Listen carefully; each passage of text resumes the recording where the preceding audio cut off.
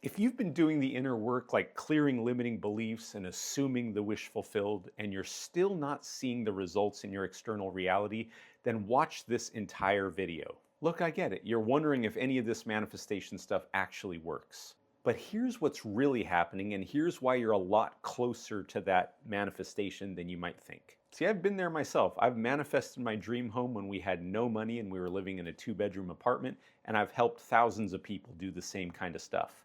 And in the next few minutes, I'm going to show you how to navigate what I call the bridge period. It's that gap between your internal shifts and your external reality changing so that you can finally stop second guessing yourself, finally relax, and finally allow that manifestation to come true for you. Because here's the thing, there is always, and I mean always, a lag time between when you shift and when your external reality reflects itself. Think of it like planting a seed. You know, you put your seed in the ground and then you got to water it and then you got to let sun do its thing.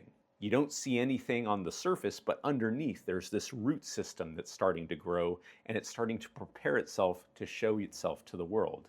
But if you dug it up every day and see if it was, growing, you'd say, this thing's not working. And of course it never would. So your internal transformation is like that root system. It's literally the foundation for everything that's about to show up in your world. But just because you can't see it yet doesn't mean that nothing isn't happening. You see, the universe will test you a lot of times. It'll actually keep reflecting back to you the same old circumstances as you had before you made this shift. It's almost like an echo.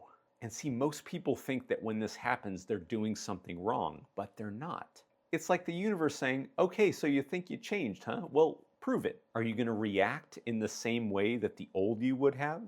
Or are you going to behave as the new version of you who isn't freaked out about this? See, this is so huge to understand because when your old circumstances come back, most people panic and they start second guessing themselves and doubting themselves. And then boom, the same old circumstances come back. The money's not there, the lover's not there, they're in a job they don't like, and they're just reaffirming this feeling of lack inside of them. But listen to this, you're often a lot closer to your breakthrough than you think. I've seen this hundreds of times and it's happened to me so many times I can't even count. The person who's about to land their dream job almost always feels the most stuck right before it happens. The night is darkest before the dawn type of thing. The person about to meet their soulmate a lot of times goes through this period of darkness. Why? Because you're literally in the gap between the old you and the new you. And that's where the magic happens if you know how to navigate that gap. So what do you actually do when you're in this gap? I'm going to give you a 4-step process that'll show you exactly what to do. Step 1, keep acting on the things that you're most passionate about. This is so critical because action is the physical language that the universe responds to. It is your demonstration that you are living at your highest passionate level. And when you're in that energy, the only thing that can come to you are more things to be passionate about. The second step is you do it to the best of your ability, the best you are capable of, and you act on the things that you can actually take action on. Step 3 is you do this with absolutely no insistence, with no assumption as to what the outcome needs to be.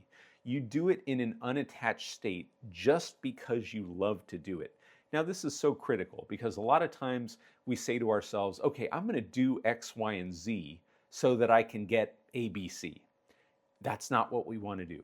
We want to act on your passions just because it makes you passionate, just because it makes the feeling of love come up inside of you. And you do this with absolutely no assumption as to what the outcome is, because the truth is, we don't know what the best possible outcome is. We may think we do, we may think that it's the money that we want or it's the lover that we want, but we have no idea. The universe has an infinite number of ways that it can come to us. And as soon as we detach ourselves from this is the one thing that has to happen, the universe can say, hey, here's something way cooler than you could have possibly imagined. Step 4 is to remain in a positive state no matter what happens. Now, this is critical. We get to decide what things mean, okay? If, I stub my toe, is that a good thing or a bad thing? Well, I was about to go play tennis, and now I find out that had I gone to play tennis, there was a car wreck that happened right in front of the, tennis court, and that could have been me, right? So we have no idea if things are good or bad. We get to decide what things mean. So you can extract the positive meaning behind just about anything. And if it's not positive, it's at least neutral. And we'll talk about that more in future videos. So let me show you how this played out in my life, because it's always easier to sort of visualize this stuff. So we were in a 2-bedroom apartment, and we were doing okay, but we couldn't even really pay the bills, to be honest. Then COVID happens, all right? And I'm a full-time tennis coach at the time. So all of the tennis courts now are locked down. I've got no way to make any money. We're struggling to make things meet. But my wife and I would visualize this every single day. We'd be in this beautiful house with our own tennis court, with people coming over and having a great time in this beautiful garden. And then one day, a few months later, I get a call from a friend. And the friend says, I met this woman that you met 9 years ago. And we found out we both knew you. I told her that you're looking for a place to coach on. And boom, she says, have him call me. So we talk on the phone. One thing leads to another. She says, you can coach on this court. And I say, to repay you, one day I'm going to get the house from you. And now we live in that house. So the universe was testing me for months and months and months with these bills, with these seeming obstacles. And we just stayed in a positive state. I kept doing things that I knew I would love to do, like we would meditate, we would read books, we would visualize, we would go out and run around. We would just do fun stuff that were in line with our passion, and boom, that's when we got the phone call. So what you're going through right now is the bridge period. You're not the old you anymore, but you haven't fully stepped into the new you yet, or you're not there all the time yet. So you're sort of between worlds. And honestly, this is the most important part in your whole manifestation journey. This is where you get to prove to yourself and the universe that you are claiming to be the new version of you because you are behaving as that person. You're thinking like that person, you're feeling like that person, you're acting like that person. So how do you know when you're being tested? Well, it's really simple. The same old stuff keeps happening. Okay, you're meditating, you're visualizing, you're doing whatever you do to manifest, and the old circumstances are going to be reflected to you. Here is the key. Don't react in the same way that you reacted previously. Because if you're claiming to be this new version of you, you have to think, how would the new version of me respond to this circumstance? They wouldn't even care about it because they know that they've got complete control of their own reality. Remember what I said, circumstances are completely neutral, and you get to decide what things mean, and you get to decide what you believe to be true. So if you're in this bridge period right now, here's what I want you to know. You're exactly where you need to be. You're not behind, you're not broken, you're right on track.